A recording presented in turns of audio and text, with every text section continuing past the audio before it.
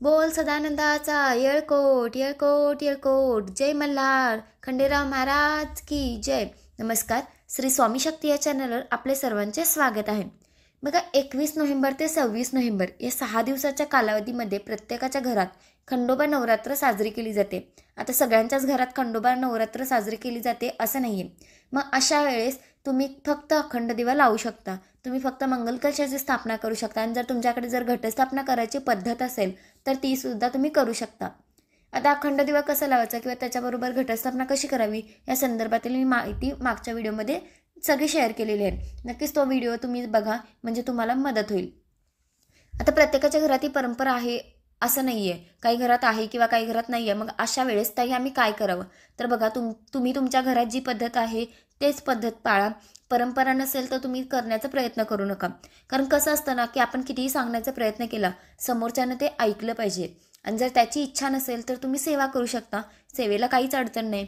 ताई आमच्याकडे टाक नाही आहे किंवा तुम्ही सुपारी ठेवू शकता. म्हणजे घटस्थापनेला किंवा तुमच्याकडे मूर्ती असेल तर तुम्ही मूर्तीसुद्धा ठेवू शकता. टाक असेल तर अतिउत्तम. बघा, आजच्या व्हिडिओमध्ये मी तुम्हाला या 6 दिवसांच्या कालावधीमध्ये आपल्याला हरिद्र अर्चन करायचं आहे. हरिद्र अर्चन ज्या पद्धतीने आपण कुंकू अर्चन करत असतो त्याच पद्धतीने आपल्याला हरिद्र अर्चन करायचं असतं. म्हणजे हरिद्र म्हणजे काय? तर हळद. आई भवानीला आपण कुंकवाचं अर्चन केलं या म्हणजे नवरात्रीच्या कालावधीमध्ये, शारदीय नवरात्री उत्सवामध्ये, तसंच आपल्याला आपल्या कुळदेवांना म्हणजे खंडेराव महाराजांना आपल्याला हळद अर्पण करायची असते. सोन्याची जेजुरी, आपण जेव्हा जेजुरीला जातो संपूर्ण हळद असते, भंडार असतो, तर तसंच आपल्याला मार्तंड भैरव महाराजांना म्हणजे खंडेराव महाराजांना यांना हरिद्र अर्चन करायचं असतं. ज्या पद्धतीने नवरात्रीत कुंकू अर्चन केलं ना, त्या पद्धतीने हरिद्र अर्चन करायचं असतं. ते कसं करायचं आणि एका प्रभावी मंत्राचा मंत्रजप करायचा आहे, तो कुठला ते पण बघणार आहोत. तर सगळ्यात आधी कमीत कमी एक तरी मल्हारी सप्तशती पारायण करण्याचा प्रयत्न करा. खंडेराव महाराजांची सेवा करणं तेवढंच महत्त्वाचं आहे. फक्त चंपाषष्टीला तळी भरून चालत नाही, त्याच्या आधी सेवासुद्धा करायच्या असतात. जर तुम्हाला सांसारिक अडचण आहेत, तुमची खूप अडकलेली कामं आहेत, तुम्ही प्रयत्न करत आहे, तुम्हाला सक्सेस मिळत नाही, तर इथे कुठेतरी कुळदेवांचं आपल्याकडनं काहीतरी चुकत आहे किंवा आपल्याकडनं सेवा घडत नाही आहेत. त्याच्यामुळे या अडचणी निर्माण होतात. आणि या 6 दिवसाच्या कालावधीमध्ये तुम्हाला जेव्हा जमेल तेव्हा तुम्ही हरिद्र अर्चन करू शकता. पुरुषांनी करावं, स्त्रियांनी करावं, कोणीही सेवा करू शकता, पण सेवा करायला विसरायचं नाही. मग तुम्ही म्हणाल की ताई आमच्याकडे घटस्थापना केलीच जात नाही, मग काय करायचं? मग सेपरेट मांडणी करायची का? तुमची इच्छा असेल तर तुम्ही सेपरेट मांडणी करा. ती कशी करायची? तर ज्या पद्धतीने आपण मंगल कलशाची स्थापना आपण नवरात्रीमध्ये केलं होतं, तसंच आपण कुलदेवांच्या नावाचं मंगल कलशाची स्थापना तुम्ही करू शकता. त्याच्याबरोबर येतं, तुमच्याकडे जर खंडेराव महाराजांचा फोटो असेल किंवा मूर्ती असेल, ती तुम्ही सेपरेट ठेवू शकता. ती मूर्ती तुम्ही हलवू नका. आता हरिद्र अर्चन करण्यासाठी तुम्ही हळदीचं जेव्हा अर्चन करत असता तेव्हा तुमच्याकडे फोटो असेल तर फोटोला अर्चन करावं, मूर्ती असेल तर मूर्तीवर अर्चन करावं, टाक असेल तर टाकावर पण अर्चन करावं, काही नाही तर सुपारीवर पण अर्चन करू शकता. बघा, सगळ्यात आधी तर टाक ठेवलेला आहे किंवा अगदी आमच्याकडे घटस्थापना होत नाही तरीसुद्धा तो टाक विड्यांच्या 2 पानावर तो टाक ठेवायचा आहे. तुमची इच्छा असेल तर तो झोपून ठेवू शकता किंवा तुम्ही सरळ ठेवला तरी चालतो, पण केंद्रात झोपून टाक ठेवतात. तर बघा, टाक ठेवल्यावर त्या टाकावर तुम्ही 6 दिवस तुम्हाला हळदीचं अर्चन करायचं आहे. किंवा मूर्ती असेल तर मूर्तीला तुम्हाला संपूर्ण म्हणजे पायापासून ते मस्तकापर्यंत तुम्हाला हरिद्र अर्चन करायचं असतं. आपल्याला ते ज्या काही सेवा करायच्या आहेत, म्हणजे हरिद्र अर्चन करत करत आपल्याला जे काही सेवा आहेत त्या तुम्हाला करायच्या आहेत, तर मी तुम्हाला सांगते. पण जेव्हा तुम्ही हरिद्र अर्चन करत असता, मूर्ती असेल, फोटो असेल, टाक असेल, जे तुमच्याकडे उपलब्ध आहे त्याच्यावर तुम्हाला हरिद्र अर्चन करायचं आहे. नाहीतर कुळदेवाची एक सुपारी घ्यावी आणि त्या सुपारीवर तुम्हाला हळदीचं अर्चन करू शकता. पहिले तुम्हाला मी हरिद्र म्हणजे हळदीचं अर्चन, हरिद्र अर्चन काय आहे ते तुम्हाला सांगते.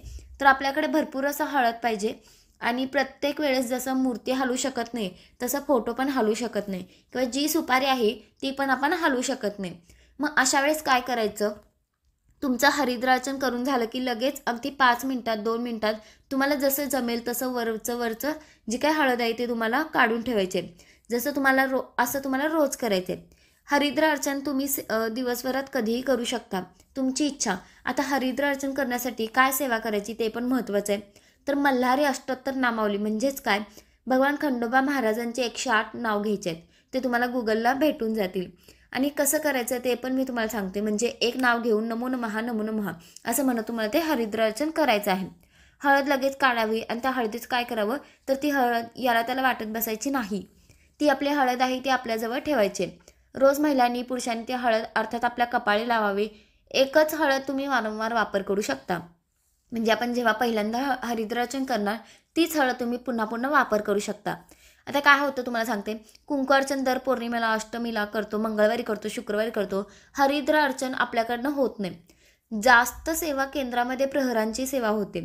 जेव्हा केंद्रामध्ये सेवा केली जाते, मल्हारी सप्तशती ग्रंथाचं पारायण केलं जातं, त्या दिवशी हरिद्रार्चन असतं, तेव्हाच ती सेवा होते. मग आता सगळ्याच महिला केंद्रात जाऊन सेवा करणं शक्य होत नाही.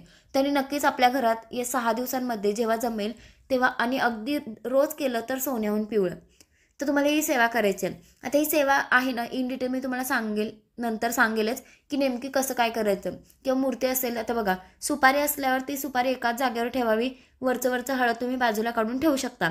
तीच हळद परत तुम्ही वापरू शकता आणि खूप काही हळद तुम्हाला लागत नाही. जी पहिल्यांदा आपण वापरली तीच हळद वारंवार वापरली तरी चालेल. आता तुमचा मासिक धर्म येणार असेल, जेव्हा मासिक धर्म नसेल त्या दिवशी तुम्ही सेवा करा. सेवा कोणीही करू शकते. एक दिवस सासूबाईंनी करा, एक दिवस तुम्ही करा, एक दिवस तुमचे पती करणार असेल तर ते करू शकतात, मुलगी करणार असेल तर तिला सांगू शकता. आता एक महत्त्वाचा मंत्र जप आहे, हा मल्हारी मार्तंडाचा मंत्र जप आहे. हा जेव्हा बघा, हा मंत्र 47 वर्णांचा असून अत्यंत प्रभावी आहे, लवकर फळ देणार आहे.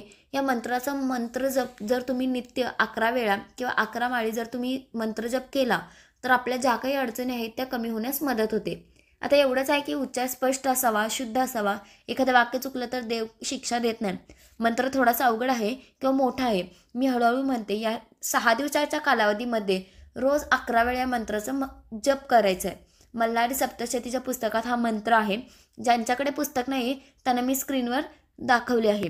तर बघा मंत्र काय आहे, ओम ह्रीम भ्रूम त्रुम श्रुम ह्रूम ध्रुम प्रियानंद गंगा महाल साभ्याम सहिताय श्री मार्कंड भैरव रूपाय श्री मल्लारये नमः.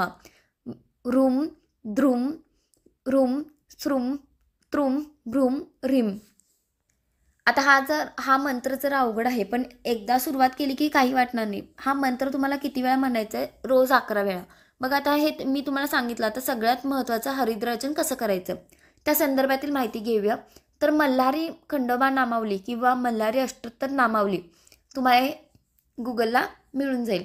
आता काय करायचं आहे, हळद घ्यायची आहे. जी आपली हळद कुंकुमातली जी हळद आहे ती हळद तुम्हाला घ्यायची आहे आणि आपल्या 5ही बोटांनी जसं कुंकुमार्चन करतो तसंच आपण 5 बोटांनी त्याच पद्धतीने 5ही बोटांनी आपल्याला टाकावर किंवा सुपारी स्वरूप किंवा आपण खंडेराव महाराजांचं जे सुपारी स्वरूप घेतलेलं आहे किंवा फोटोवर किंवा मूर्तीवर चिमूटभर हळद अर्पण करायचे आणि आपल्याला मल्हारी अष्टोत्तर नामावली म्हणायचं आहे. आता सुरुवातीला ओम मार्तंडाय नमः, ओम त्र्यंबकाय नमः, ओम महादेवाय नमः, ओम जगदीश्वराय नमः, ओम त्रिपुरारे नमः, ओम जटाजुटाय नमः, ओम चंदनभूषणाय नमः, असं या पद्धतीने आपल्याला खंडेराव महाराजांचे 108 नाव घेऊन आपल्याला हरिद्रार्चन करायचं आहे. तर तुम्ही बघितलं आहे की या पद्धतीने आपल्याला हरिद्रार्चन करायचं आहे. हरिद्रार्चन ही सेवा खूप महत्त्वाची आहे. तुम्हाला घटस्थापना जर नसेल तुमच्याकडनं केली तरी पण या मंत्राचा तुम्ही रोज जप करायचा आहे. श्री मल्हारी सप्तशती आणि हरिद्रार्चनची सेवा करायला विसरू नका. कुळदेवाची सेवा करायला कधीही कंजूसपणा करायचं नाही आणि त्यांनी काहीतरी मिळावं, सांसारिक अडचणी कमी व्हाव्या हे सांगायची गरज पडत नाही, कारण ते आपले आईबाप आहेत. तुम्ही त्यांची सेवा केल्याने तुमच्या आयुष्यातील जे सगळे दुःख आहेत, संकट आहेत ते कमी होतात. प्रत्येक सेवा फक्त पैसा, धन, दौलत याच्यापेक्षा पण आपल्या घरातली लोकांनी सुखाचं राहावं, आपल्या लेकरा बाळांचं चांगलं व्हावं. आपण कुलदेवाची सेवा करून, कुलदेवीची सेवा करून त्यांचे भरभरून आशीर्वाद आपल्याला मिळतात आणि जेव्हा त्यांचे आशीर्वाद मिळतात तेव्हा आपल्या सांसारिक अडचणीसुद्धा कमी होण्यास मदत होते. तर आजच्यासाठी इतकंच. झालेली सेवा मी महाराजांच्या चरणी रुजू करते आणि आजचा व्हिडिओ मी इथंच थांबवते. जर व्हिडिओ आवडला असेल तर व्हिडिओला लाईक करा, शेअर करा. चॅनलवर नवीन असाल तर चॅनलला सबस्क्राईब करा. तोपर्यंत श्री स्वामी समर्थ.